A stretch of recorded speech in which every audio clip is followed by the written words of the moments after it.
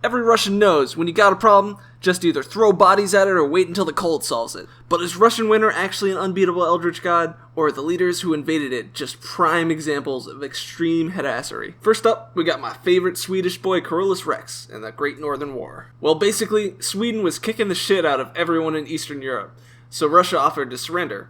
But the only thing that Karl, the king of Sweden, loved more than himself was one thing, and one thing only. Killing Russians. Karl thought all he had to do was take Moscow and he would have gotten a lot more in the peace treaty from the Ruskies. But he didn't count on the Russians burning down all their own shit. At this time, all the armies survived on pretty much whatever they managed to pillage from the peasants. But in Russia, the peasants were already so poor or they already got their shit burned.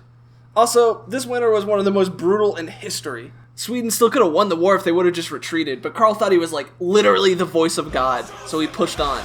So it was kind of cold, and we didn't have any food.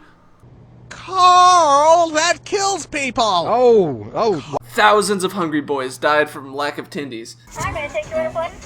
Hi, do you guys have chicken tendies here? No, fuck you. We burn it all. And the Romanian were so tired they were beaten at the Battle of Poltava. So to sum it up there, winter was a factor, but it was really just shitty leadership and unluckiness that burned the metaphorical Swedish meatball.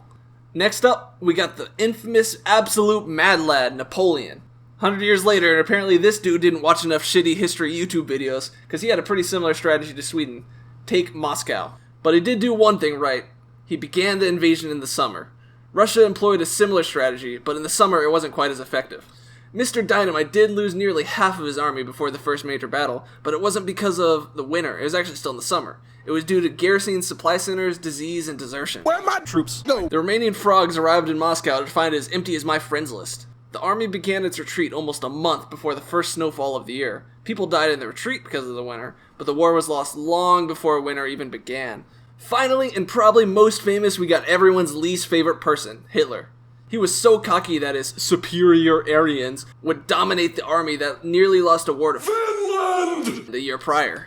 He didn't even entertain the possibility that the invasion would last until winter, when he began in the summer. The Eastern Army had 734,000 casualties before the unusually early winter of 1941 even started. Apparently they decided sauerkraut sandwiches and death camps were a better use of money than giving soldiers winter gear. Although even if they did have winter supplies, the German army was doomed to fail now that they were being fully assaulted by two fronts with basically no help. Sounds to me like in all three cases the winter was a factor, but it was really dumb decisions that handed them the L. Moral of the story is, if you want to invade Russia, you better be prepared for a long fight, because they're not going to give up just because you took 10% of their western territory.